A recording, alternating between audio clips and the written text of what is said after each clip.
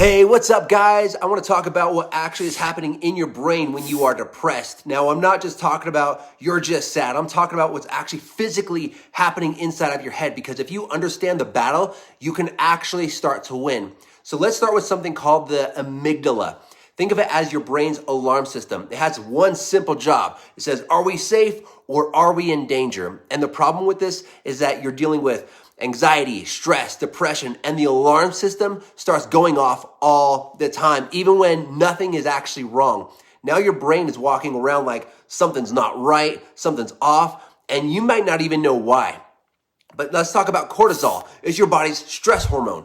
Cortisol, it's not bad. You actually need it to survive. But when your brain thinks that you're constantly under threat, it keeps dumping cortisol into your system.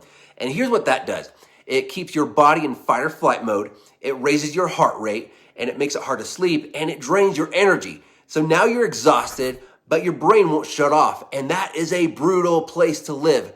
So let's talk about the chemicals that regulate how you feel. Serotonin, that helps stabilize your mood. Dopamine, that's your motivation and reward system. And when stress is high and constant, serotonin drops, so mood gets low, dopamine drops, motivation disappears, and that's why depression feels like I don't want to do anything today. Even if I try, nothing feels rewarding.